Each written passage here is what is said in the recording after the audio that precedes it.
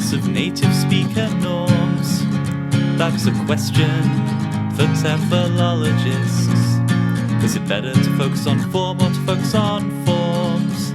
That's a question for TEFLologists. If you use a textbook, is your classroom authentic, or should your approach be more learner-centric, from feedback to learner autonomy? We'll discuss it all on TEFLology. Hi, I'm Matthew. I'm Rob. And I'm Matt. And welcome back to the TEFLology Podcast, a podcast all about teaching English as a foreign language and related matters, presented by 3 self-certified TEFLologists.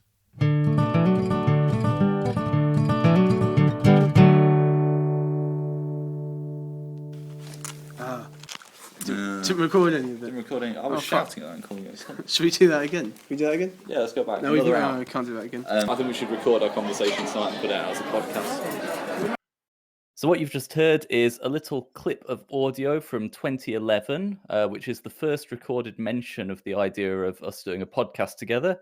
At the time, it was just me and Matt. Matthew wasn't in the picture yet. We hadn't met him yet. He was just a glimmer in our eye. But because this is episode 100, we decided to bring this in and show everyone where the journey began. Yeah, that's right. And to celebrate episode 100, actually, this is episode 166. If you take all of our different types of episodes, but this is episode 100 of our regular episodes that we have.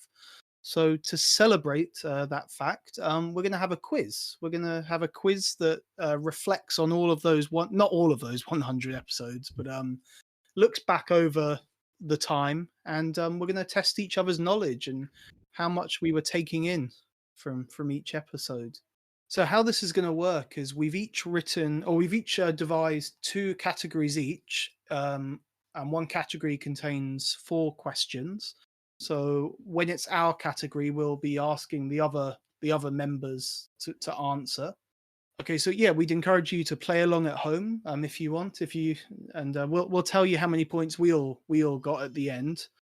Okay, so we're each going to have 3 different buzzer noises. So Rob's noise goes like this, and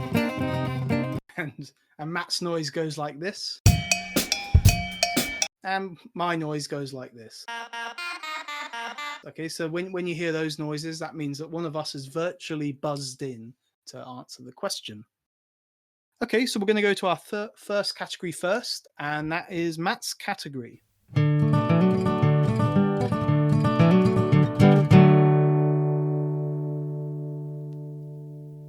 So the first category is called Who Said It? So I'm going to just read a quote that one of the 3 of us said in one of our regular episodes of TEFLology. Okay. Sounds good. Yeah. Mm-hmm. Yeah. Got it? Yep. So it's you've got a 1 out of 3 shot at getting it right, so might as well buzz in early. Sure. Yeah. I guess bonus points if you can say which episode it came from and or what we were talking about. Okay. Yeah. Okay. Sounds good. All right. Flex my trigger finger here. Yeah. Okay. So first quote. Here we go. Who said, "I've always wondered about Scott Thornbury's P"? Rob? That was Matt, I believe. Is that correct? That is not correct, I'm afraid. Was it not? No. Okay, my buzz in. I believe that was you that said it, Rob. Was it? It was you, Rob, yes.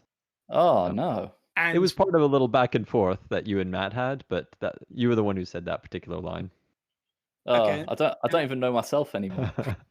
for a bonus point, I think he was talking about not Scott Thornbury's urine. He was talking about the P of his A to Z blog or his book that he had. Mm-hmm. That's and right. I believe the P in question is it pronunciation? It was not, no. Okay. Rob? Was it pedagogy? Nope. Production? Not production. So this came from episode 1 of TEFLology. Phonology? Nope. Do you remember what TEFL culture you talked about in was- yeah. episode 1, Matt? Petrakucha. That's right. Okay, all right, okay. I don't think you should give him bonus points. I think you whittled that down too much. So, Well, there were two Well, you- points on the table. I think you got one, Yeah. Matt, and Rob got one. okay, all right, fine. Mhm. Exactly. Okay, are you ready for question number 2? Okay, who said it? It's interesting how she fell out of a tree, but in the film, he goes into a tree. Matt? I believe you probably said that because you're into films. Nope, it was not me. Rob, care to steal? I believe it was Matt because it sounds like something he would say. It was Matt. Yeah. Hey. All right. Bonus point. This is a tricky one. Any idea what he was talking about? I'll say it again. It's interesting how she fell out of a tree, but in the film, he goes into a tree. It can I answer? Mhm. Alice Vanderbilt Morris. Ooh, very good. Yes. Uh-huh. Nice. She was our TEFL pioneer that you talked about, Rob, in episode 22. I think she did fall out of a tree. Do you know what this particular quote of Matt's was talking about? Talking about a film. You said a film. Hmm. Is she in Well, the no, film? you said a film. Is she a character in the? Is there a film about her, or was there a documentary? Or So do you remember where she lived or where she came from? No. didn't she? So she came up with interlanguage, right? That was her thing. Interlingua. Interlingua. Yep. Interlingua. Yep. So she was from a small town north of New York City called Sleepy Hollow. Okay, right. Yes. But Yeah, nothing the to film. do with nothing to do with the actual film, though. Like, No, I don't think just she. Yeah. okay, right, okay. Yep. Right. Okay, so Okay. that was So, 2 points for Rob, I believe. Wait. well, 1 point plus his bonus point. Yep. That's 2. Yeah. That's 1 plus Yeah, 1. okay. Okay. 3-1 to Rob. Okay. One interesting thing about the episode 22 is that was our first attempt at an online recording. That's right, because we lost one Yes, section, right? Yeah, we Yeah. lost the TEFL news, I think. And the sound quality is pretty bad if you go back and listen to it. Question: what was the other section in that episode? Bonus point. I'll offer you both a bonus point. What was the other? Yep, The focal skills approach. that's correct, Rob. Yes. Hey! Correct, Rob. Yeah. How do you know that? Because I remember that episode quite well. I was editing them at the time, so I've got quite a good memory of these. Okay, so Rob, you've got a bonus point there that I gave you. Okay. Shot yourself in the foot, Matt. 5-1. 5-1 to Rob. Okay. Okay, question number 3. Who said it? So this quote featured a name of one of us, but if I said the name, then that would narrow it down a little too much. So I'm gonna omit the name. Okay. So who said it? Blank and I are experiencing the zombie apocalypse. Rob? I'm not sure, but I think that was Matt because I think he was reviewing the book English for the Zombie Apocalypse, and he was setting the scene of the activity or the dialogue, I think. But even if that's wrong, I think I've got the bonus point for the subject. You've got the bonus point, but not the correct Wait. who said Okay. it. Okay. Can you say it again? Can you say the quote again? Blank and I are experiencing the zombie apocalypse. Experiencing the zombie apocalypse. Well, so Rob thinks I said it, but I think he said it. Nope, I said that one. Oh, okay. Yeah. Okay. So Matt, you were talking us through some zombie related teaching materials.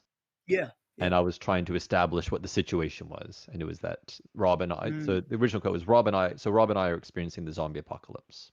That was in one of that was in the first of our, I think, only 2 Halloween episodes. And That's that right. was a book. That was a book by Lindsay Clanfield. Mm-hmm. Do I get a point? I already said that. Yeah, I think Rob already got the bonus point, I'm afraid. Okay. All right. Fair enough. Mhm. Just establishing the boundaries. But Yeah. That's 1 point for free for any listeners who got the correct answer. That's a point for just them. Yeah. See if the listeners win. Yeah. And then finally, question number 4. Who said it? The weird thing is, the gyms are often McDonald's. Matt? Sounds like something I'd say. It was, yes. Yeah. And do you remember what you were talking about? The gyms are often McDonald's. the gyms are often McDonald's. Yeah. It made sense in the context.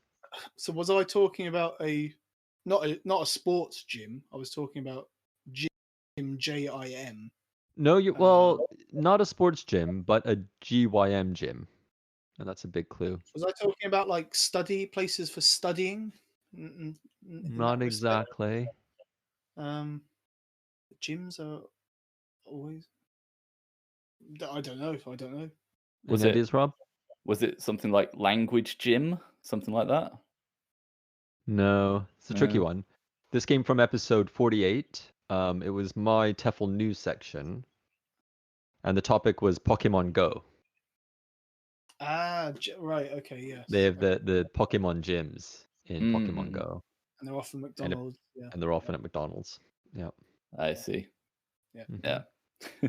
Nothing. So to do with- neither of you get the bonus point. Yeah. Okay. So it's So 1 5 point to you, Matt. So 5-2 to Rob after round 1. Okay. How are you doing at home? Do let us know if you want. Send us a letter.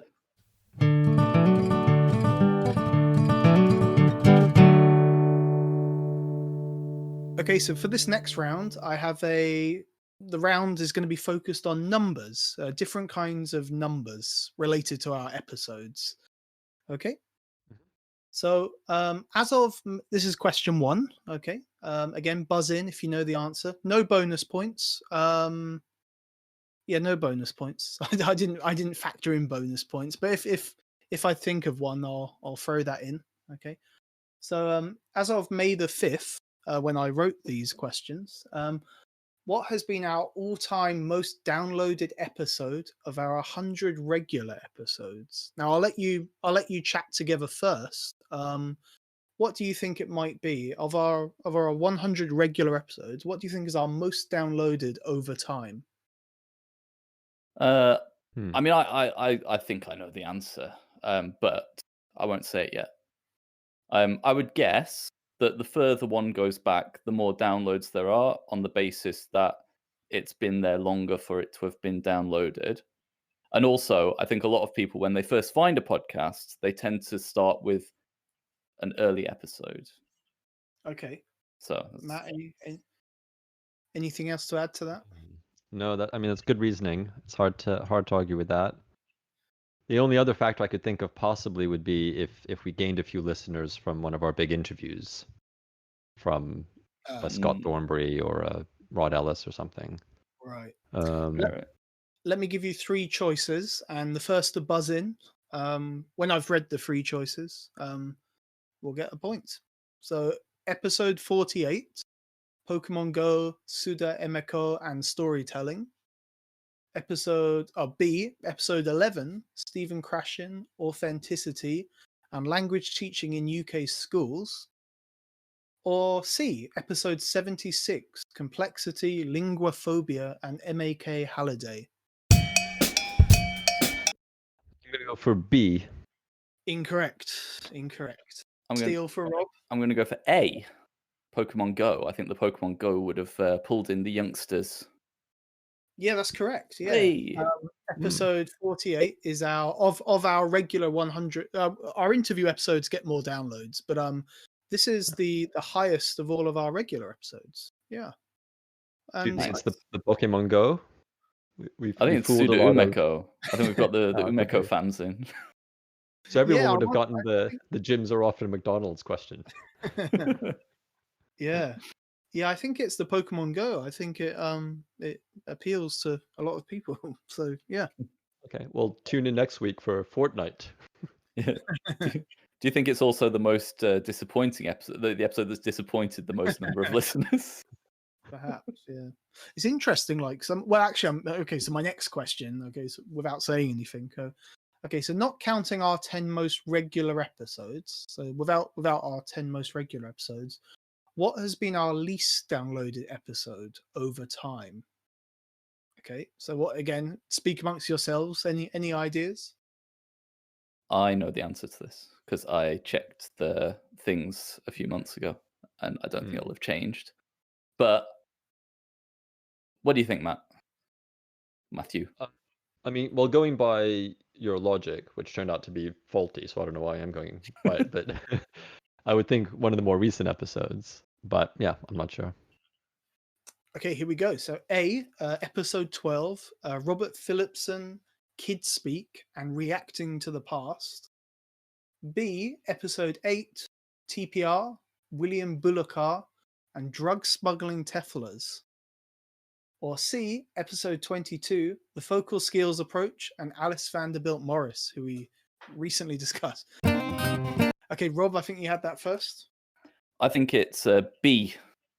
Correct. Hey. Correct. Yeah, that's. But like I said, I checked it a few months ago, so that seems to be our least downloaded episode, which surprises me because, you know, being that we recorded it in 2014, you would have thought that it would have more downloads over time. But yeah, it's a good episode as well. And it William contains the words drugs in the title, and yeah. You know. Maybe that's why it's not getting downloads. It's been banned off all the platforms. Maybe about drugs. Maybe. Drug smuggling. Yeah. The Reacting to the Past one was good as well. I like that one. Maybe the algorithms think TPR is a type of drug. Maybe, which, you know, it kind of is. It kind of is in a way, you know. But, yeah, makes people do weird repetitive motions. Okay, so for this next question, you're going to answer separately, and it's going to be whoever gets the most, identifies the most correct. Okay, but before we do, a little bit of preamble. We've had obviously we've had more male pioneers than female pioneers, although we have tried hard to find as many female pioneers as possible. In terms of numbers, how many male pioneers have we had, and how many female pioneers have we had? This is not the question. This is just a warmer to the question. Okay. So if we've had 99 episodes, but not all of them have featured pioneers, right? And some of them have featured multiple pioneers. Yeah, so this is excluding organizations or groups of people. Mm-hmm. What about pairs? Pairs are included. Okay. Mm-hmm. I would guess like 85 male, 15, something like that. Yeah, Matt, what's your guess? As a percentage? No, not a percentage. I'll say number. As a number. Okay. In that case, so I'll say 70-20. Okay, so we've had 69 male pioneers and 8 female pioneers. Okay, so, yeah, it's not looking great. Although for our interviews, we've done a lot better. We've had 27 female interviewees and 35 male interviewees, so almost equal there. So that's pretty pretty good going. Another interesting fact, Matt, you've never selected a female pioneer. You monster. It was something I decided early on. I was gonna policy I was gonna stick to. Yeah. Anyway, so Matt, you're at a slight disadvantage with this question, actually. Because I hate women. But we'll start with you, Matt, first. Actually, so Rob, if you deafen the sound. Okay. Okay, so go ahead. Okay, so now Rob can't hear us. Can you hear us, Rob? No, he can't hear us. Okay, Matt, excluding Suda Umeko, what were the other 7 female pioneers? The other 7 female pioneers. Okay, let me think. Sandra Savignon? Was she? Yeah, we didn't. She was a pioneer. Yep. Oh, what's her name? Is it Wilga? Wilga Rivers? Yeah, that's another one. Yeah, is she a pioneer? Yeah. Okay. I don't know if I'm gonna get many more. We've actually just to give you a bit of help, we've actually previously mentioned another one earlier in this quiz. Oh, sure. Vanderbilt. Yep, okay, so that's 3. Okay. Alice Vanderbilt. And I don't know if I'm going to get any others. I'm trying to think who should be on our pioneers list. Okay. Can I? Wine rub? Yeah. Ruth wine rub? Okay, good. Yeah. Nice. Yeah. Hmm. All right. Okay. Okay. Let's stop there. Okay. So can you deafen your microphone? Put it on mute. Okay. Sure. Okay. Now Matt's deafened. Okay. So I'm going to ask you the same question that I asked Matt. Okay. So Okay. excluding Suda Umeko, what were the 7 other female pioneers, and how many can you name? Ingrid Freebairn would have been one. That's 1. Yep. Bathsheba Makin. That's 2. Alice Vanderbilt Morris. That's 3. Ooh, difficult. I think we might have hit my limit. You wanna stop? Yeah. Sorry, Okay. I'm out. Okay, let's bring Matt back in. Okay, Matt, are you back? Yep. Okay, so I can now reveal that Mhm. Matt has scored 4 Mm-hmm. and Rob has scored 3. So Matt takes the points on that round. His first point of the game. Seems I'm not the chief woman hater of TEFLology after all. I'm surprised with Rob actually. So let me go through. So we have Rebecca Oxford, Oh, of course. who neither of you said. Alice Vanderbilt Morris, that was the easy one that you should have. You both got actually. Matt said Ruth Winrup. That's from his section. These are all. No, this was my section. Oh, was it? Oh, Yeah. okay.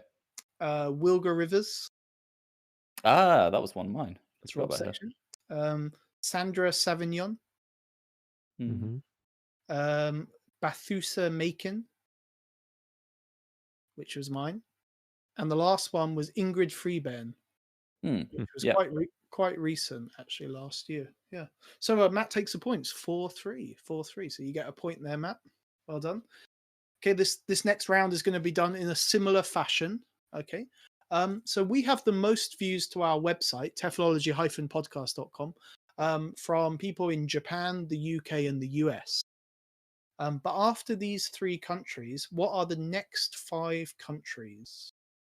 Okay, so again, I'll award these points to whoever can say the most countries. Mhm. Okay, so this time we'll start with Rob first. Okay. Okay. So Matt, if you Mm-hmm. turn your speakers up. Okay, so what do you think? Oh, tough. All right. I'm going to say Spain as one. Mm-hmm. And I'm going to say South Korea. Okay. Are we allowed to? Are we naming 5?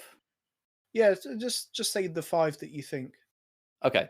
All right. So Spain, South Korea. I don't know, Argentina. Okay.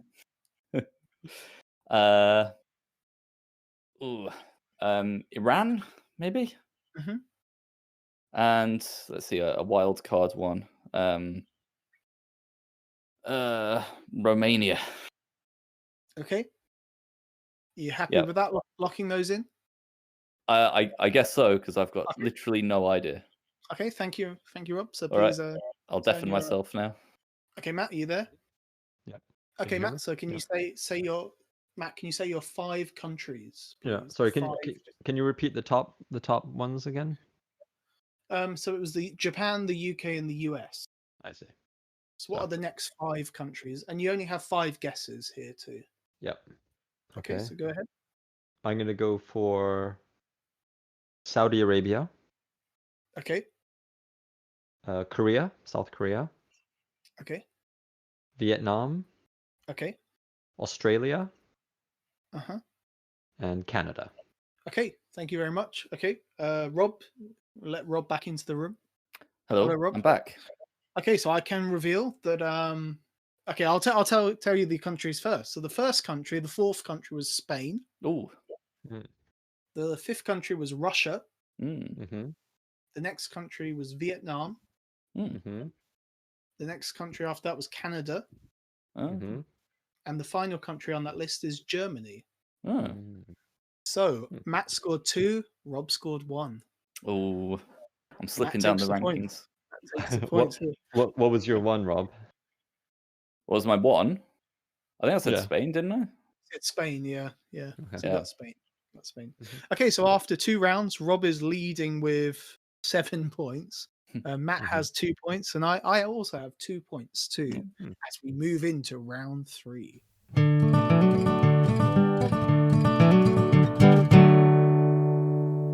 All right, so round 3 is going to be something of a lightning round. Over the years on the podcast, we've had several sections looking at new additions to the Oxford English Dictionary. So I want to see how many of the new words that we discussed you have retained. I've chosen 4 words, and we're going to go through them in descending order from easiest to hardest. So we'll do this as a buzz-in round. The first person to buzz can try to answer. If their answer is wrong, then the next person will get the chance to reclaim the points. Are you both ready? Yes. Okay, so we're looking for a succinct and accurate definition of the words. Do we have to give an example of it in use? I think we can use that as a tiebreaker if you've both got similarly. I don't know. Okay. We'll figure it out as we go. Okay. All right. So the first word from 2016, clicktivism. Yep, Matt. Is it something to do with online activism, like people that lead campaigns online via websites and that kind of thing? Yeah, I think you're in the right ballpark. Matt, did you want to contribute something? Well, I was thinking maybe is it, or yeah, maybe similar to Matt's, but more like people who feel like they're being activists, but just by clicking on a poll or on a survey or a website or something. Okay, right. So I think you're both pretty close there. I think Matthew, your answer is a little bit closer in terms of it's got the negative, but Matt answered first, so Sure. I think Matt's going to take the points on this. You can have half a point for contributing something. We've got half points now, by the way. Just add that to the scoring. Okay, fine. Yeah, no, all right. Okay, I'll add that in. Half. Okay. Yeah. Okay. The next word, also from 2016, squee. We get spelling. SQUEE. Is it an expression of delight? That's right. Yes, it's kind of it can be a noun, a verb, and an adjective. I think it can be all, or an interjection. It can be a noun, a verb, or an interjection. So it can be 3 different things. But yes, it's an expression of excitement or delight. All right. Well, that's 1 point to Matthew. Mm-hmm. The next one. This is from 2018. A little bit more recent, maybe fresher in your minds. The word is bae. BAE. Matthew? Is that a boyfriend or a girlfriend? That's A correct. significant other? Yes, Mhm. that's right. Yep, very good. And finally, this is from 2017. This was a new meaning of the word thing. Oh, can you give us a hint? Can we have a hint? No. That would give it away. Is it a noun? Um, Still a noun? yeah, it's a noun. Mm-hmm. What's the first letter? It's just it's the word thing, but it's the way that the word thing is used within a sentence. Yeah, I don't know. No. No ideas? Neither of you? A thing. Oh, look at that new thing. Look at that thing. I've got a thing. Watch out for that thing. Yeah. I think you were Doesn't do closest any- with the first of the sentences there, but no. Okay. This was the meaning of thing as a genuine or established phenomenon or practice, as in the example sentence, is that even a thing? A thing, yeah. A thing. Yeah. Yeah, there you go. So that was the final one. No points for that last one. As I said, descending order of difficulty. I think Matthew handily won that round. So Yes. yeah, So we'll finish that one there. After that round, I'm on 3, Rob's on 7, and Matt is on 4.5 points. That half point could come in handy. It may do. It may do. Is there going to be another half point later on in any of the rounds? I'm sure there will.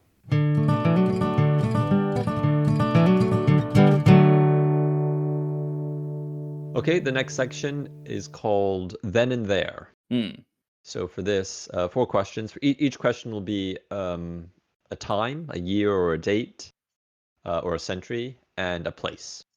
And what you have to do is you have to say what happened then and there. Okay. More or less. So the first one is 1959, Covent Garden, UK. Rob. It was the founding or the opening of International House, by any chance? Matt, can you be more specific? Was it like John? Is it John Haycraft? Didn't he start? Yeah, like International House, the first school that then became International House. Or was it? Yeah, no, it was International House. I'm gonna give the points to Rob because he mentioned International House. It was the first International House school in the UK. Okay. But the very first one was opened in 1953 in Cordoba. Okay. Can I get a point for John Haycraft? That was a good nugget of information. You get half a point. Okay, fine. I'll take that. I'll give another half a point if you can also name his wife. Britta. Either of you. Ooh, nice steal. Yeah. What was her surname? You didn't say her surname. Haycraft. Yeah. Half a point. Okay. Yeah. Fine. That was episode 6. That was Matt, your pioneer section on John Haycraft. Right. Yeah. Okay, very Nice. good. Okay, number 2.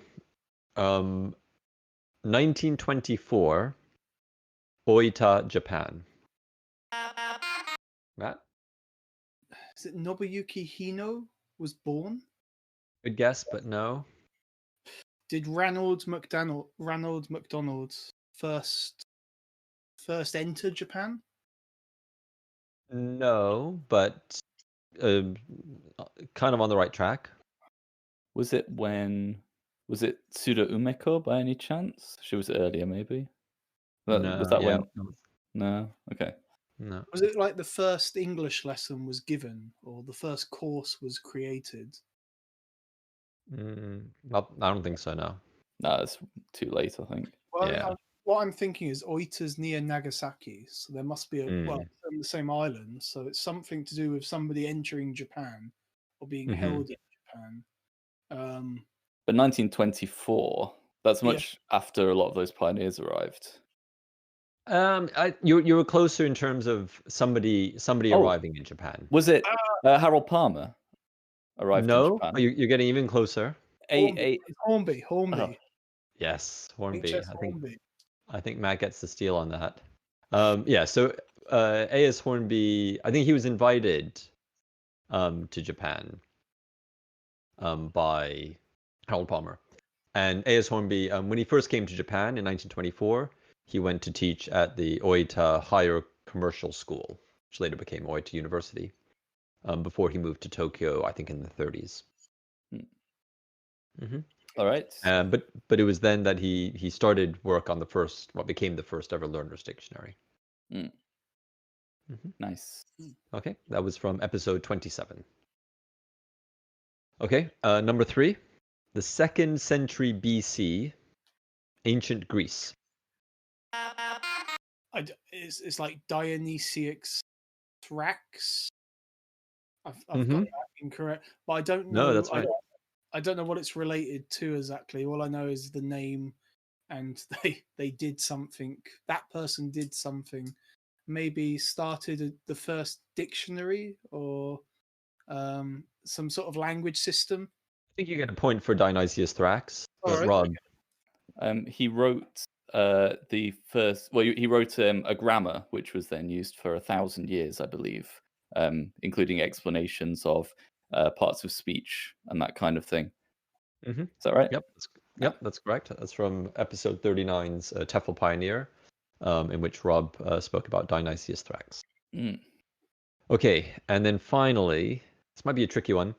The 18th of January, 2017, in the United States of America. Matt?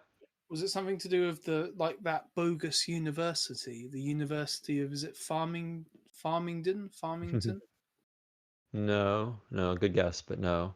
I was thinking the same thing, but Oh, okay. all Probably right. guess. Was it the Mhm. Elsevier walkout? The publishing group Elsevier. They had a walkout. No.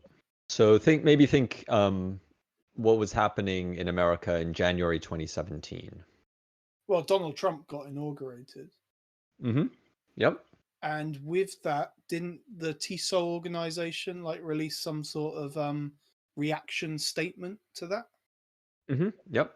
Very good. So 18th of January was a few days before his inauguration. And TESOL, they basically sent an open letter to the president requesting that he ensure that English language education is given the right support in the States. Yep, that was episode 56. Matt, your TEFL news.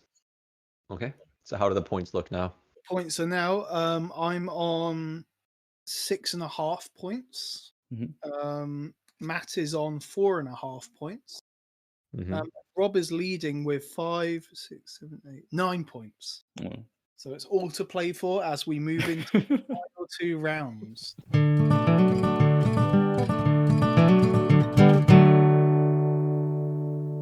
Okay, so for round 5, it's all about pioneers, and we've touched on some pioneers already, but I think this is focusing on 4 different pioneers than we've already talked about, luckily. So that's good. And this is general knowledge about 4 pioneers. 4 pioneers. Now, to make this fairer, I've selected pioneers that I talked about on the show.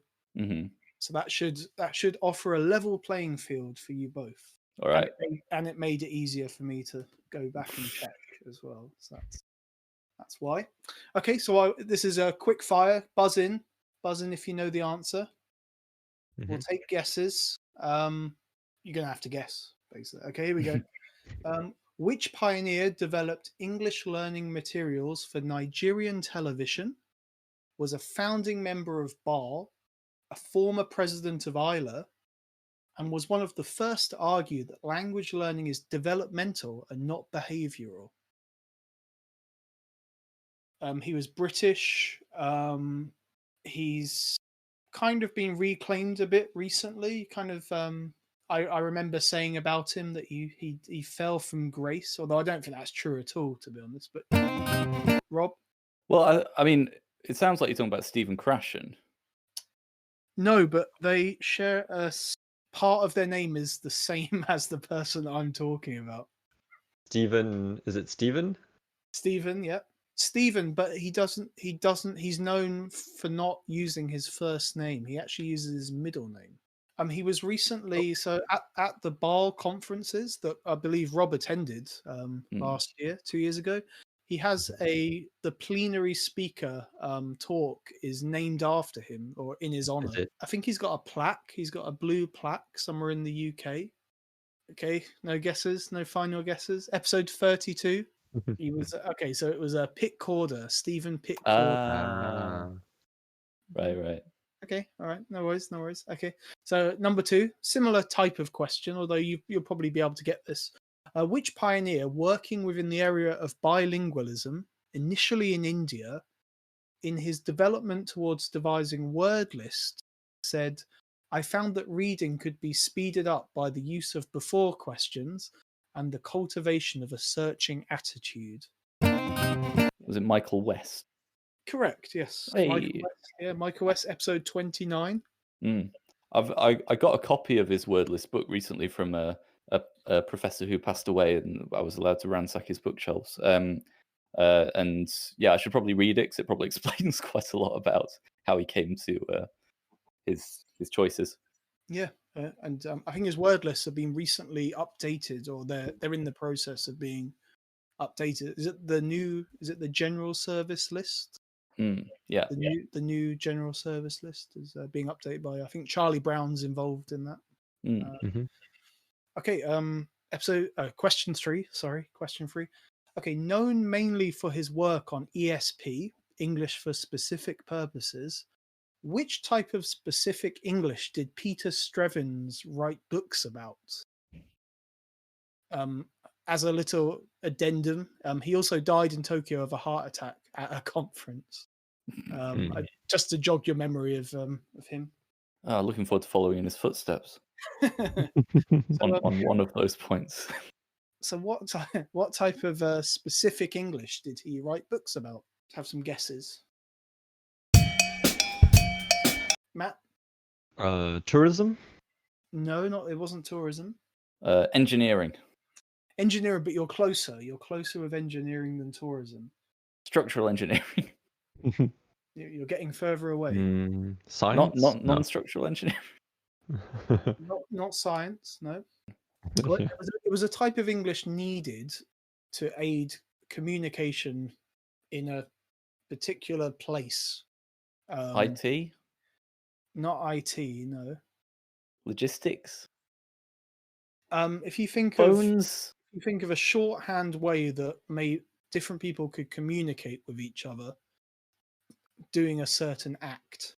Oh, was it air traffic controllers? Right, that's the closest guess we've had. So, in fact, that was included too. I'm going to give Rob half a point for that because that was also involved. I think. Okay, so it was the international language of maritime communication, sea speak. Okay, Good stuff. My last question for this round is: we all know and remember the time that we talked inappropriately and giggled about Mikhail Bakhtin, who fell ill with a bone disease. We all remember that, of course. How could we forget? However, what contribution did I discuss? What was the purpose of discussing his work in episode 21? Rob? Something about the carnivalesque. Yeah, that's correct. Yeah. I don't know what that means. I have no idea what it means, but something about the carnivalesque. Yeah, that was it. I think it's I still don't really know what it means, to be honest, but it's it's been applied to language learning, and I guess it's kind of chaos, not following the rules. I think a lot of people have looked at the carnivalesque in terms of what happens when students are off task, not on task, and when they're kind of playing about or playing with language. And they've used Bakhtin's theories to talk about that kind of thing. And he died of a bone disease. So that was what we all remember from that episode. Did he die from the bone disease? I thought he lost his leg, didn't he? Yeah. Oh, yes. Sorry. Yeah. It probably contributed to his death. I guess. Yeah. Yeah. Yeah. He had his leg amputated. Was imprisoned, I think, in Russia.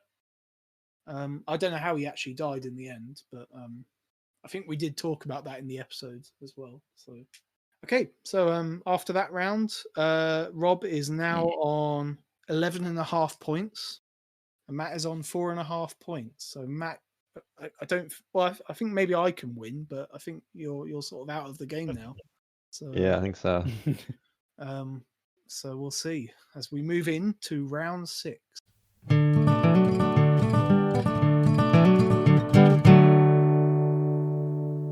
Okay, so the final round in this game is general knowledge about the podcast. So I've got 4 questions here, and we'll do a kind of a rapid fire, and let's see who can get the answers. So for the first question, again, just buzz in. What was the name of the blog that used to review every episode of the podcast? The Joel Swagman report. Incorrect. You got some of the answer, but not all of it. Wasn't it like Joel Swagman reviews or something? I mean, that's closer. You've got one of the words from the actual title. Matt's got some of the URL. Matthew's got some of the URL, and Matt, you've got one word from the actual title. Do you want to keep bashing away until you get the whole thing? Review with Joel Swagman. Joel Swagman is not in the title of the blog. All right. Is it like reviews, reflections? No, I think that's someone else's blog. That's Michael Griffin's blog, I think. Yeah, Hmm. yeah. I'll give you the first word. The first word is random. Oh, like random thoughts, reviews, random reviews. No, you've still got the same Random. word as before, but with the word I gave you as well.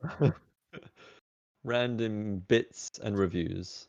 Oh, that's closer. Random blogs, Um, random musings, No, you've now dropped the one word that you had. review blog. Now you've dropped the one that I gave you. Reviews. Is it like random movie and book reviews? Oh, very close. I'll give the point to Matt on that one. It's the other way round, but Okay. yeah.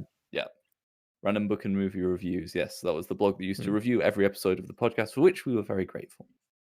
Hmm. Okay. The next question is, I guess, similar to one of the pioneer questions, but again, get ready to buzz in. Who were the missionaries who went to teach English in the Philippines, and where did their name come from? Yep, Matt. It was the Thomasites. Yep. Um, And their name came from. They were named after like one of the disciples or the apostles, Thomas. Of Doubting Thomas. No, that wasn't it. Good guess. can I get half a point? Yeah, or you can have 1 point, and we'll have 1 point Alright. up on offer if Matt can get the second part of the question. Well, they were named after the person that brought them to the Philippines. Oh, you're close there. Brought them. It was the boat. It was the boat, yes. The USS Right. Thomas. They were the Thomasites. Okay. Yeah. Is that another point or a bonus? Yeah, that's another point. Yeah, you can have a point for that. That's 2 points. Get it. Question number 3. Again, we've got 2 points up for grabs here. So, for 1 point, who was the first guest we had on the podcast? And for the second point, what was the topic? Yeah, Matthew? Was it Craig Smith? No, not an interviewee, a guest, as in a guest host. Was it Marek Kitchakowiak? Oh. It And was they- not. Oh, No. Was it just one person? It was one person who joined us for a discussion. Yeah, Matthew? Was it? Oh, I don't think. I suddenly had another thought, but I'm going to guess. Was it Sandy Millen? It was not Sandy Millen. Matt? was it Mark Jones? It wasn't Mark Jones. It was before that even. Richard Was- Pinner?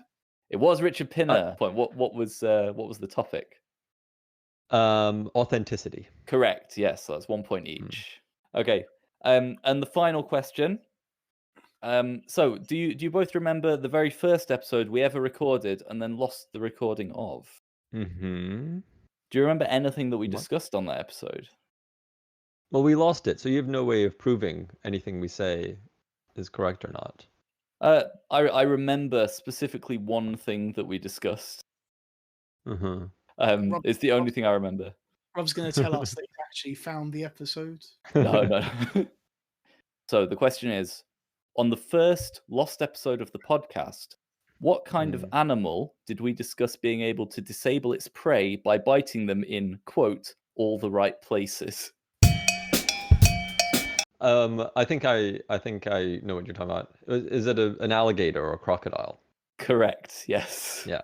And That's I think right. I talked about how one of the two, I can't remember. I think it's alligators will will disable their prey by biting them in all the right places and then keeping them in an underground layer while they'll go and snack on them when they get hungry. That's exactly right. Yeah. That's what I remember from. That's the only thing I remember from that first episode. In fact, I think that was the only thing that was worth keeping from that episode. Why were we talking about that? Oh, why not? Yeah. Yeah. So yeah, we've brought back the one worthwhile bit of that episode, of the 100th episode. Nice. Okay. And that's worth 100 points? That's fantastic. Yeah, it's the what's it called in Harry Potter? The squinch or something. The Quidditch, the snitch, Yeah. golden snitch. The snitch. Yeah, it's the golden snitch question. No, it's worth 1 point, Hmm. unfortunately. But Yeah. one really good point, a golden point. So Okay. that's the end of the general knowledge round. Where do we stand on points at the end of the game?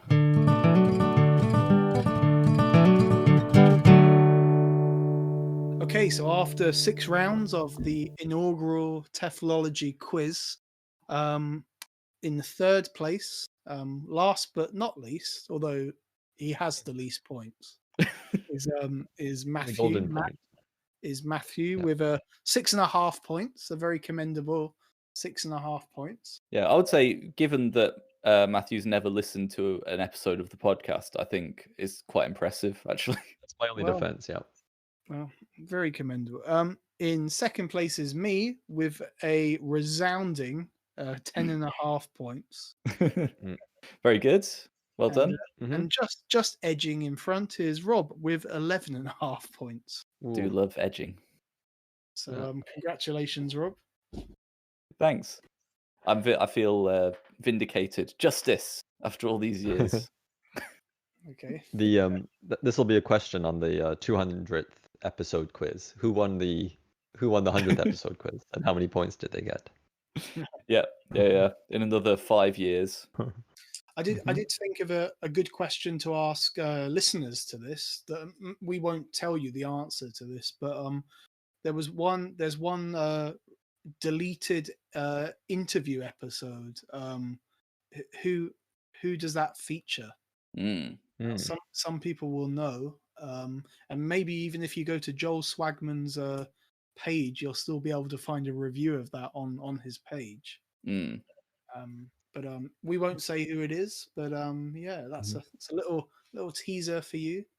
Another question that I was going to ask you if I did the general knowledge round is what 4 words do I, or I don't know if I say them as much anymore, but what 4 words did I used to say a lot when I was giving my sections? Which kind of filler words, or At that time in the pioneer sections. the 3 things I was thinking of as I seemed, listening back, I seem to say in a sense, basically, Right. and perhaps, Yeah. as a way to kind of follow up or kind of qualify what I'm saying. These are all hedgings, right? This is when you're maybe not 100% sure on something. Basically, yeah, perhaps. To round off, we're 100 episodes deep in this mire of podcasting now. Do you have any reflections, any takeaways from 100 episodes of podcasting? More than 166 if we count all of the bits and pieces and bits and bobs. Well, I mean, just like listening back to myself from like 5 years ago was quite interesting.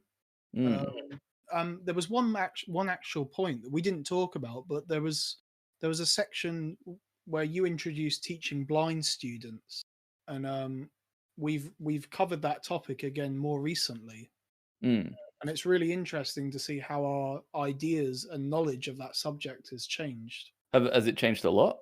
I think so, yeah. The way that we're talking about things, I think we've got more experience now.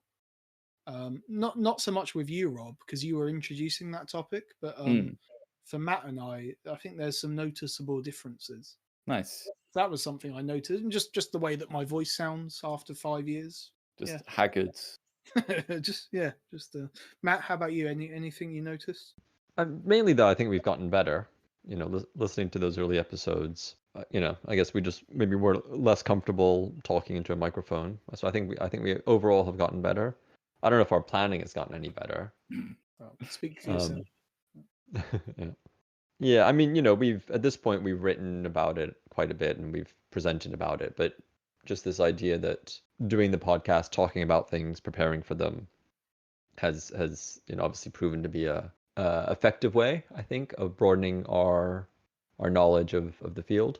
Do you think we're in danger of running out of things to talk about yet? Because a lot of people, when we started, commented that we're doing 3 topics every episode, and we'd probably run out of things to talk about within a couple of months or a couple of years. We still seem to be doing all right. Do you reckon this is a sustainable model? Yeah, I think so. I mean, I think we keep moving the goalposts as well, though. In what sense? Well, we keep broadening the parameters of what we kind of discuss. Yeah, I mean, there's always going to be news. Cultures, I think we can, revisit ones that we've talked about before, or look at different ways of looking at them. I think it was the pioneers that we were always worried about running out of. But we've done 70 something. 70 something, yeah. Yeah, I mean, some of them have been reaches. but Hmm. but Mhm. there's always more. We keep finding more. Yeah. And I think, but like Matt said, we're open to trying out different formats or different ways of doing it. Yeah, I think one thing that we've done is diversified quite a lot. If you look back at our more recent sort of 6 months, we've started branching out into more discussion-based things. We've got the John Fanslow audio book extracts and so on. I think that the format of the podcast is getting a little bit looser, a little bit more diversified. We're experimenting a bit more, and that's good. I think bit of a change. Yeah. Nice. Well, here's to another 100,000 episodes.